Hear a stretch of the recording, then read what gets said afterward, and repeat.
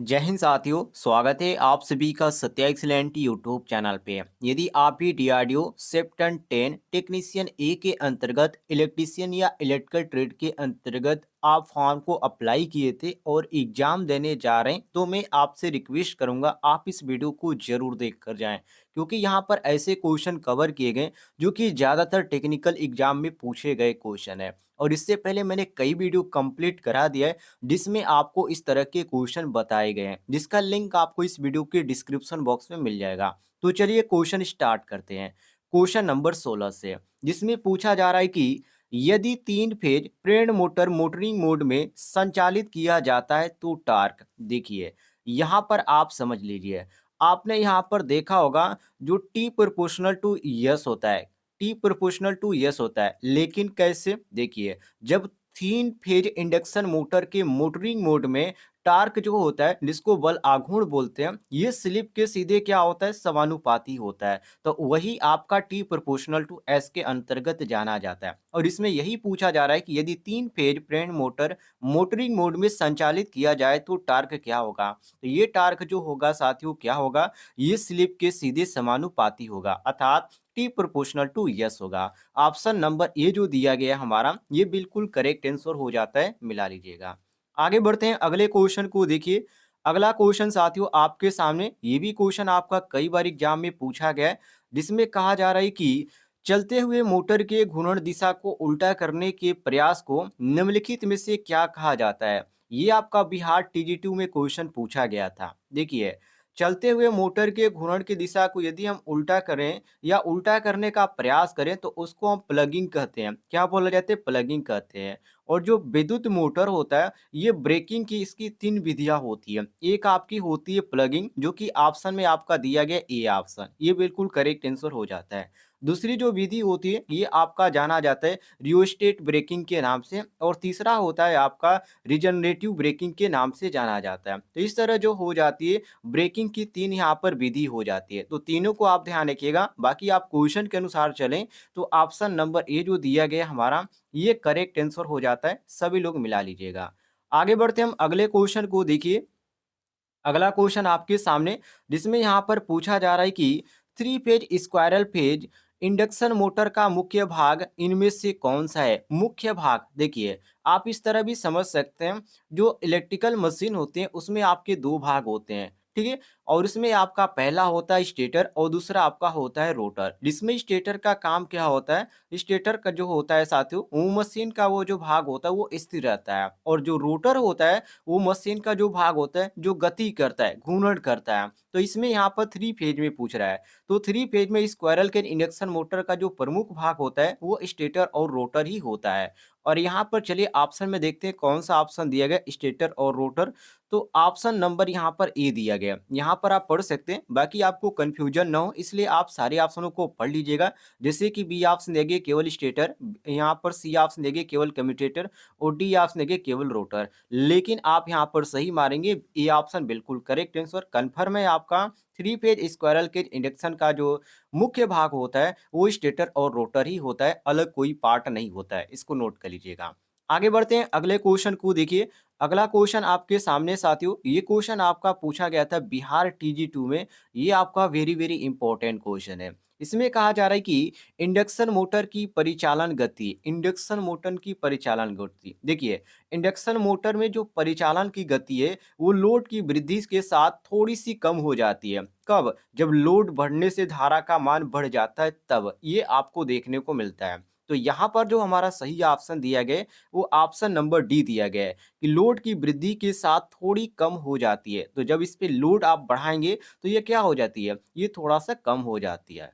Option number जो यहाँ पर डी दिया गया है ये करेक्ट आंसर हो जाता है। यदि आपको जानकारी अच्छी लगती है तो आप इस वीडियो पर एक लाइक जरूर कीजिएगा, और डेली आपको इस तरह के क्वेश्चन चाहिए तो इस वीडियो के नीचे आपको एक रेड कलर का बटन दिख रहा होगा सब्सक्राइब वाला, उसे दबाइए और बगल में घंटी वाला आइकन को दबाकर ऑल नोटिफिकेशन ऑन कर लीजिए। डेली आपको इस तरह के क्वेश्चन मिलते रहेंगे। अगला क्वेश्चन आपके सामने, जिसमें यहाँ पर पूछा जा रहा है कि 3 फेज इंडक्शन मोटर के वृत्त आरेख में वृत्त का व्यास क्या दर्शाता है। थ्री फेज में पूछ रहा है। किस में पूछ रहा है साथियों? थ्री फेज में पूछ रहा है। तो देखिए थ्री फेज इंडक्शन मोटर में जो वृत्त आरेख होता है उसमें वृत्त का जो व्यास होता है वो रोटर और जो करंट होता है उसको प्रदर्शित करता है। और थ्री फेज जो प्रेरण मोटर में जो वृत्त आरेख दर्शाने की यदि बात करें तो इसमें जो दर्शाया जाता है ये कई तरीके से, जैसे कि परीक्षण के अनुसार यदि बात करें तो देखिए पहला आपका जो दर्शाया जाता है ये शून्य भार के परीक्षण के अनुसार दर्शाया जाता है, और दूसरा जो आपका हो जाता है ये आपका लघुपथ परीक्षण, और तीसरा जो आपका हो जाता है साथियों ये आपका स्टेटर प्रतिरोध परीक्षण के अनुसार दर्शाया जाता है। देखिए ये मैं वीडियो बना रहा हूँ मोबाइल के द्वारा, तो मोबाइल पे स्क्रीन पे यहाँ पर समझाना बहुत ही कठिन होता है, नहीं तो आपको चित्र के माध्यम से अच्छे तरीके से समझा देते हैं। चलिए आगे देखते हैं हम अगले क्वेश्चन को। अगला क्वेश्चन आपके सामने है साथियों, जिसमें यहाँ पर क्वेश्चन यहाँ पर पूछा जा रहा है, जो कि ये जो क्वेश्चन है आपका सवाल टाइप का दिया गया है, जिसमें यहाँ पर पूछा जा रहा है कि एक थ्री फेज 8 पोल इंडक्शन मोटर को 400 वोल्ट 50 हर्ट्ज से आपूर्ति की जाती है। यदि स्लिप 4% है तो रोटर की गति क्या होगी? ये भी आपका वेरी वेरी इंपॉर्टेंट क्वेश्चन है। अब आपको करना क्या है, आप सवाल को यहाँ पर दोबारा पढ़िए और क्रम से देखिए क्या क्या दिया गया है। तो इसमें कहा जा रहा है थ्री फेज, तो थ्री फेज को आप छोड़ दीजिए और आगे पढ़िए। 8 पोल मतलब पी का मान यहाँ पर कितना दे दिया गया? 8 दे गया, यहाँ पर हम क्रम से लिख रहे हैं। और आगे कहा जा रहा है कि इंडक्शन मोटर को 400 वोल्ट पर, कितने वोल्ट पर? 400 वोल्ट पर। भी का मान कितना दे दिया गया? 400 दे दिया गया। और आगे कहा जा रहा है कि 50 हर्ट्ज, हर्ट्ज मतलब यहाँ पर फ्रीक्वेंसी की बात करें तो एफ से इंडिकेट करते हैं इसको, और ये कितना दे दिया गया? 50 दे दिया गया। आगे पढ़िए क्वेश्चन को, कहा जा रहा है कि यदि स्लिप 4% है तो रोटर की गति क्या होगी?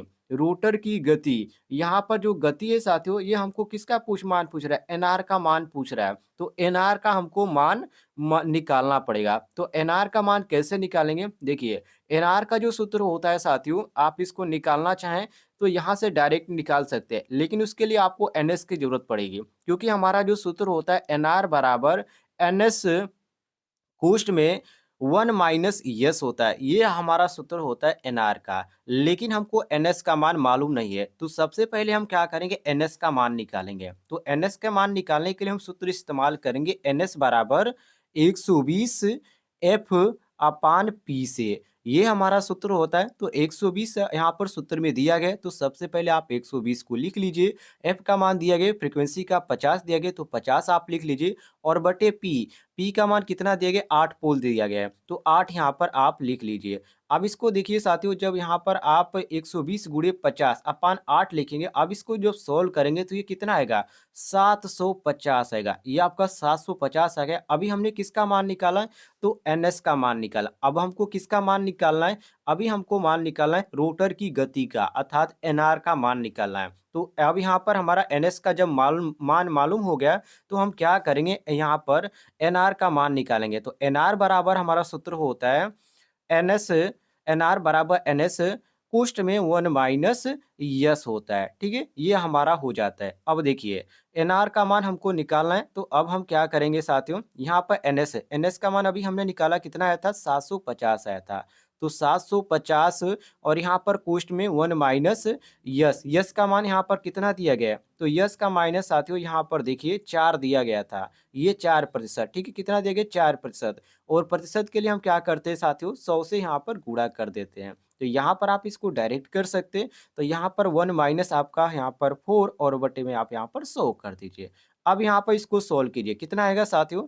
इसको जब आप सोल्व करेंगे तो ये आपका निकल के आएगा 720। मैंने पहले से ही कर लिया है। ठीक है, यहाँ पर स्क्रीन पे करने में दिक्कत होती है, इसलिए मैंने पहले से ही कर लिया है। तो ये आपका जो आ जाएगा 720 आरपीएम आ जाएगा। और कौन सा ऑप्शन यहाँ पर दिया गया? 720, ऑप्शन नंबर ए दिया गया है। तो ए ऑप्शन हमारा क्वेश्चन के अनुसार करेक्ट आंसर हो जाता है। यदि आपको समझ में नहीं आता है तो आप दोबारा रिपीट करके देख लीजिएगा, आपको समझ में आ जाएगा।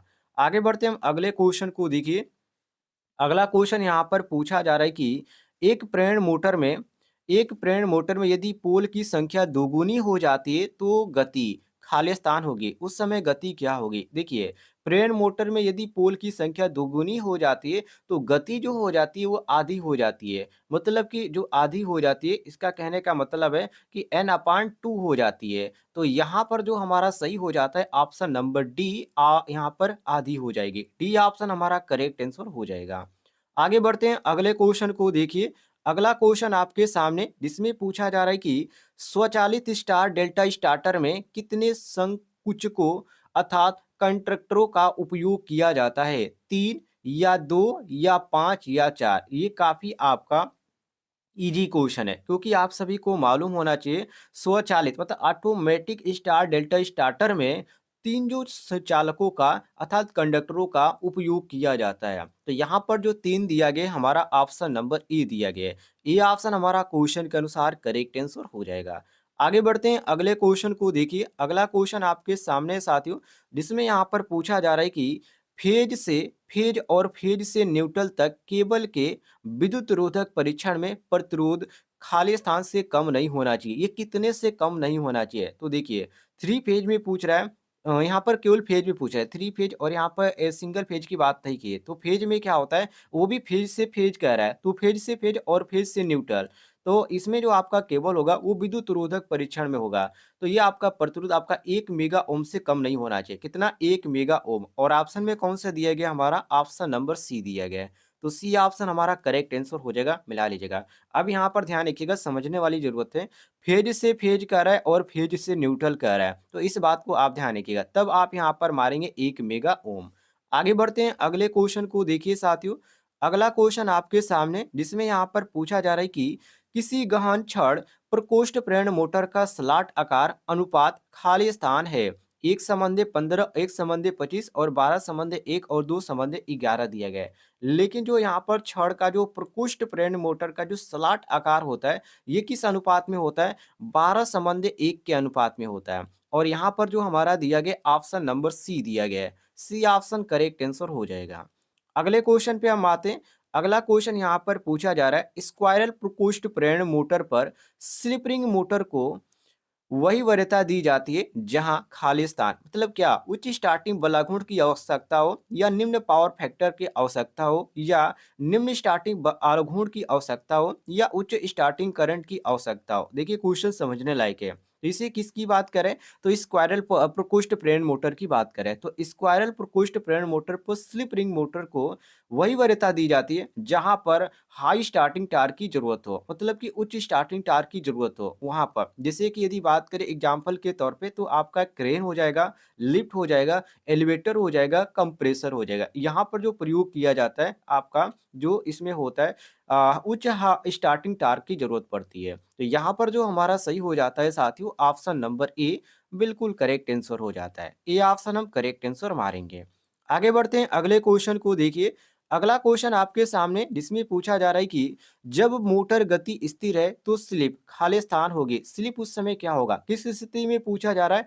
तो मोटर की गति जब स्थिर हो उस स्थिति में पूछ रहा है। तो आपको मालूम होना चाहिए साथियों जो हमारा स्लिप का जो प्रतिशत का जो सूत्र होता है उसमें आपका 100% लिखा जाता है। मतलब स्लिप प्रतिशत बराबर कितना लिखा जाता है? 100 लिखा जाता है। तो ये किसके अनुसार लिखा जाता है? जब आप स्लिप प्रतिशत का सूत्र को देखेंगे तो उसमें आपका सूत्र होता है यस बराबर NS माइनस N अपान NS हो जाता है, ठीक है, गुणे आपका 100 हो जाता है। तो जब यहाँ पर NS से आपका जो यहाँ पर जो NS यहाँ पर दिया गया है, यहाँ पर इसको आप N को जब यहाँ पर दिया है गति को जब आप हटाएंगे क्योंकि यहाँ पर कह रहा है कि गति स्थिर है मतलब कि यहाँ पर कोई भी हमें चाल नहीं हो रही है। तो जब यहाँ पर गति को आप हटाएंगे साथियों तो ये आपका क्या हो जाएगा? NS से आपका NS कट जाएगा तो ये आपका कितना बचा? 100% बचा। तो यही जो आपका 100% होता है ये हमारा सही हो जाता है। ऑप्शन नंबर सी यहाँ पर दिया गया ऑप्शन नंबर सी बिल्कुल करेक्ट आंसर हो जाता है। कोई भी कंफ्यूजन होगा तो कमेंट बॉक्स में पूछ लीजिएगा, आपको जानकारी मिल जाएगा। यही यहाँ पर यदि स्लिप की गति स्थिर न होकर बोलता है तो यहाँ पर हम क्या करते हैं साथियों, यहाँ पर हमारा NS यहाँ पर जो हमारा N है इसका मान रहने देते हैं। तो ये आपका जो हो जाता है साथियों अलग हो जाता है।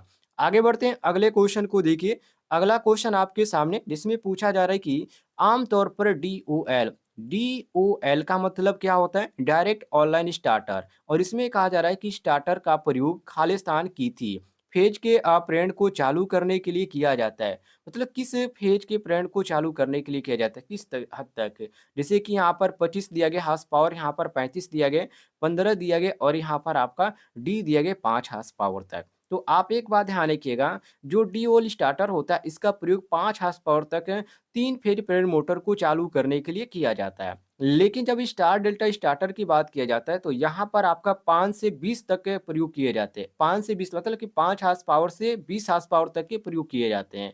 और यदि ऑटो ट्रांसफार्मर की बात की जाती है तो ऑटो ट्रांसफार्मर में जो होता है वो 20 हॉर्स पावर से अधिक शक्ति का इसमें प्रयोग किया जाता है। तो यहाँ पर जो हमारा सही हो जाता है ऑप्शन नंबर डी बिल्कुल करेक्ट आंसर हो जाता है, मिला लीजिएगा। यदि आपको किसी भी क्वेश्चन में किसी प्रकार का डाउट है तो कमेंट बॉक्स में पूछ लीजिएगा। आगे बढ़ते हैं अगले क्वेश्चन को देखिए। अगला क्वेश्चन यहाँ पर पूछा जा रहा है कि 3 फेज प्रेरण या 3 फेज वाले मोटर स्टार्टर में पुश बटन कहाँ जुड़ा होता है? ये कहाँ पर लगाया जाता है? ए ऑप्शन दिए ऑन पुश के समांतर में, बी ऑप्शन दिए गए एनवीसी और एनवीसी के समांतर में, और यहाँ पर दिया गया एनवीसी का मतलब क्या होता है? देखिए एनवीसी मतलब कि नो बोल्ट कॉइल की बात कर रहे हैं, और आगे कह रहे हैं नियंत्रित सर्किट की श्रृंखला में, और डी ऑप्शन देंगे एनवीसी के समांतर में। तो एक चीज आप ध्यान रखिएगा, जो यहाँ पर 3 फेज में पूछ रहा है तो 3 फेज वाले जो मोटर होते हैं उसमें स्टार्टर में पुश बटन जो होता है वो आपका एक क्या होता है, एक कंट्रोल सर्किट की जो होता है उस श्रृंखला में जुड़ा होता है, जिसको नियंत्रण सर्किट भी कह सकते हैं, कोई दिक्कत नहीं है। तो यहाँ पर जो DOL की बात कर रहा है, किसकी बात कर रहा है साथियों, यहाँ पर 3 फेज वाले पुश बटन कहाँ जोड़े जाते हैं, तो ये DOL जो होता है डायरेक्ट ऑनलाइन जो स्टार्टर होता है उसको कम शक्ति की मोटर जो होती है जैसे कि 5 हॉर्स पावर तक होती है, तो वहाँ पर इसका प्रयोग किया जाता है पुश बटन का, इसको ध्यान रखिएगा। तो यहाँ पर जो आपका सही दिया गया ऑप्शन नंबर सी बिल्कुल करेक्ट आंसर दिया गया, सभी लोग मिला लीजिएगा। आगे बढ़ते हैं अगले क्वेश्चन को देखिए। अगला क्वेश्चन यहाँ पर पूछा जा रहा है कि प्रेरण मोटर के रोटर और स्टेटर खाली स्थान से बने होते हैं, ये किस चीज के बने होते हैं? ये जो बना जाता है लेमिनेटेड कोर का बना होता है। किसका बना होता है साथियों? लेमिनेटेड कोर का।